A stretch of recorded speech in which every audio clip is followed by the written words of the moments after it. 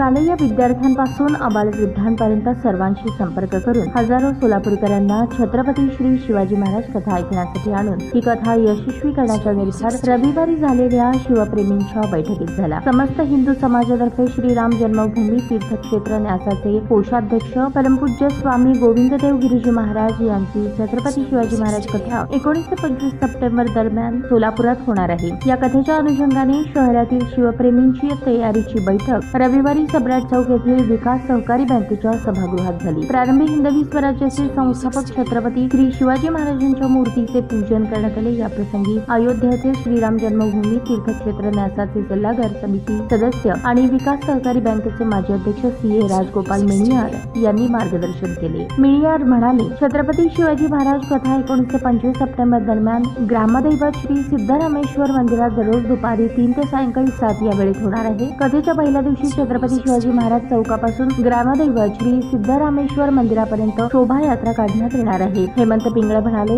शोभायात्रेमध्ये पारंपरिक मर्दानी खेळ, पारंपरिक वाद्य यांचा समावेश राहणार आहे। भारतीय संस्कृतीतील पेहराव करून विविध ज्ञाती संस्था, सामाजिक संस्था, शैक्षणिक संस्था, हिंदुत्ववादी संघटनांनी तसेच समस्त हिंदू समाज बांधवांनी या शोभायात्रेत सहभागी व्हावे। या बैठकीप्रसंगी माजी नगरसेविका रोहिणी तडवळकर, अनंत जाधव, संजय साळुंखे, शशी थोरात, महेश धाराशिवकर, श्रीशैल बनशेट्टी, बिज्जू प्रधाने, रंजिता चाकोते, संपदा जोशी, प्रियदर्शन साठे, अश्विन कडलासकर, निलेश कांबळे, रवी गोणे, सुधीर बहिरवाडे, दत्तात्रय वानकर, माजी नगरसेवक विनोद भोसले, सूरज पाटील, वैभव गंगाणे आदींनी मनोगत व्यक्त केले। यावेळी विनोद रसाळ, अंबादास गोरंट्ला, प्रताप चव्हाण, बाळासाहेब गायकवाड, चन्नवीर चिट्टे, संजय शिंदे, सुदीप चाकोते, राजाभाऊ काकडे, राजाभाऊ माने, संदीप महाले, यशवंत रसाळे, आनंद मुस्तारे, सागर अतनुरे, संदीप काशीद, विजय घुले, दादा गांगर्डे, प्रभुराज मैंदरगेकर, संदीप जाधव, सतीश शिरसुल्ला, नीता अकोडे, सुरेखा बावी, गणेश डोंगरे, विनोद केंद्राल, विजय पोखरकर, सागर हिरजबू आदी उपस्थित होते।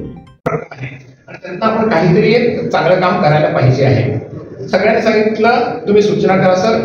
2 सूचना केल्या त्यामध्ये। त्यातली पहिली सूचना होती, त्यावेळी राम जन्मभूमीचा सहज मला एक निरोप आला होता की तिथं व्हीलचेअर्स कमी आहेत, जे लोकांना आवश्यक आहे त्या व्हीलचेअर्स कमी आहेत। तर आपण त्या निधीतून 25 व्हीलचेअर समस्त हिंदू समाज सोलापूरच्या माध्यमातून आणि अजून त्या डिजिटल कार्यरत आहेत आणि चांगल्या परिस्थितीचा बनवून घेऊन दिल्या। निधी शिल्लकच राहिला, निधी भरपूर शिल्लक राहिला। मग असं विचार आला की स्वामींची मनातली इच्छा होती की छत्रपती शिवाजी महाराजांवरती कथा करावी। ती कथा आपण या राहिलेल्या निधीतून आपण ती कथा करावी असं मी त्या मीटिंगमध्ये मांडलं आणि सगळ्यांनी लगेच त्याला अनुमोदन दिलं। आपलं सुदैव असं की ही कथा आपल्याला मिळाली, कारण स्वामींचे डेट्स मिळणं फार अवघड असतं। 2-2 वर्षाचे डेट्स त्यांच्या बुक असतात। परंतु श्राद्ध पक्षामध्ये नॉर्मली भागवत कथा, रामकथा किंवा रामायण कथा या कथा घेत नाहीत लोक। त्यामुळे श्राद्ध पक्षात वेळ मिळतो आणि त्यामध्ये स्वामींनी तो वेळ आपल्याला द्यायचं मान्य केलं आणि आपण या निधीमधून छत्रपती शिवाजी महाराज कथा ही आपण साकारतोय।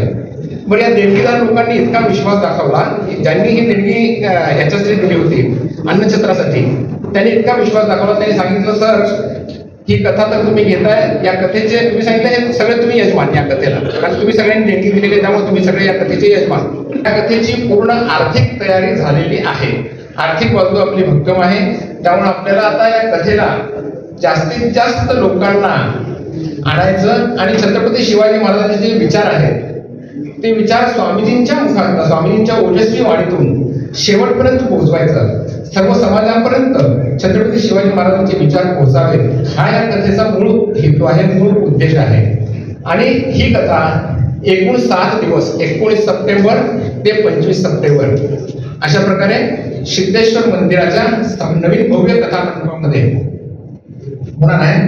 आणि हा माहोल कथेचाच माहोल असणार आहे, प्रवचनचा माहोल नाही, कथा असणार आहे। म्हणजे अगदी जशी भागवत कथा होते, रामकथा होते, महाभारत कथा होते, शिवकथा होते, त्या माहोलमध्ये छत्रपती शिवाजी महाराजांना अशा या मंचावरनं परमपूज्य स्वामींच्या ओजस्वी वाणीतून ऐकणं हे सोलापूरकरांचं अहोभाग्य असणार आहे।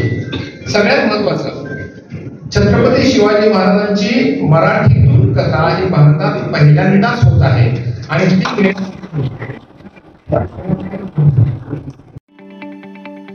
ताज्या बातम्या पाहण्यासाठी प्राईम महाराष्ट्र न्यूज चॅनलला सबस्क्राईब करा।